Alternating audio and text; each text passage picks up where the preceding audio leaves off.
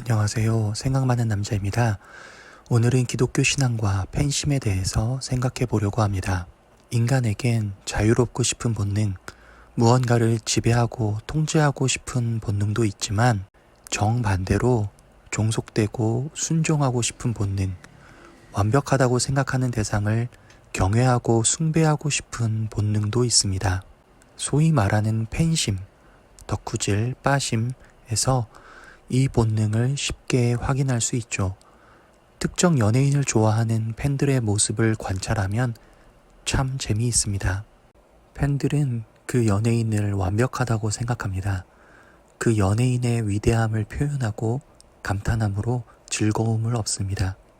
심지어 그 연예인과 직접적인 관계를 맺고 있지 않음에도 그 연예인에게 감사를 표합니다.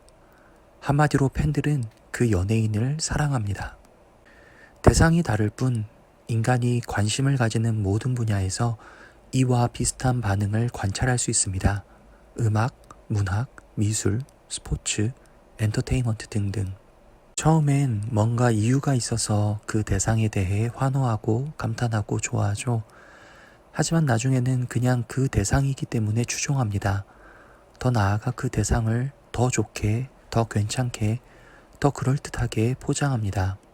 그러다가 그런 팬심과 감정이 다 소모되면 자연스럽게 다른 대상을 찾기 시작합니다. 새롭게 팬심을 발휘할 새로운 대상이 필요해진 거죠. 그런데 상당히 많은 기독교인들이 신앙을 이런 팬심과 유사하게 소비하는 걸 볼 수 있습니다. 기독교에서 팬심을 발휘하면서 사는 것이죠. 저는 이런 기독교 신앙의 팬심화가 기독교 신앙을 부패하게 만드는 원인 중 하나라고 생각합니다. 팬심으로 신앙생활을 하면 특정 성직자에 대해, 특정 공동체에 대해, 특정한 사상에 대해 일시적으로는 열정이 불타오를 수 있습니다. 하지만 시간이 지나면 자연스럽게 관심과 열정이 사그라들게 됩니다.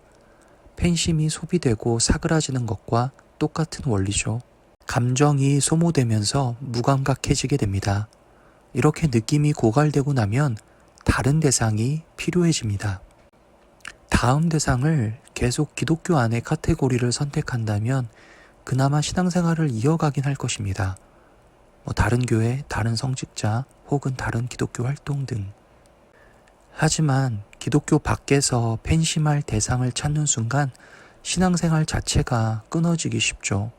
유지한다고 하더라도 형식적일 뿐일 가능성이 매우 높습니다. 이미 팬심을 발휘할 곳, 본인이 영혼을 담아낼 곳은 다른 데 있기 때문이죠. 그렇다고 기독교 안의 카테고리를 팬심의 대상으로 선택하는 것 또한 건강한 믿음이라고 볼 수는 없을 것입니다. 그럴 경우 기독교 외부와는 대화가 불가능한 배타적이고 편합한 시선과 관점에 매몰되기 때문입니다. 요한복음을 잘 읽어보면 예수가 원하는 믿음이란 이런 팬심의 차원을 넘어서는 것임을 분명히 알 수 있습니다. 요한복음 6장을 보면 기적을 보고 팬심으로 따르던 사람들이 예수를 왕으로 세우려고 합니다.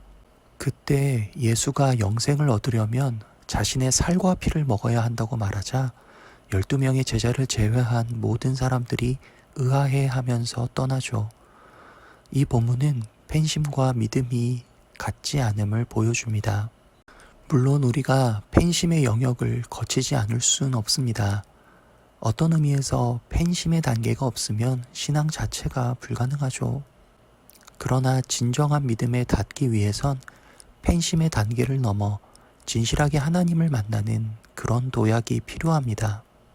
이런 도약을 지나고 나면 예수를 따르는 것이 어떤 대상을 팬심으로 좋아하는 것과는 다른 차원이란 걸 알게 됩니다. 그리고 더 나아가 팬심의 본능 자체를 극복하게 되죠. 모든 것으로부터 초연한 진리로 인한 자유를 얻게 됩니다. 이 자유야말로 구원이라고 말할 수 있을 것입니다. 그런 구원을 누리는 것이 기독교 신앙이죠. 이런 구원을 누리는 인생을 산다면 우리들의 삶이 좀 더 행복에 다가갈 수 있다고 생각합니다.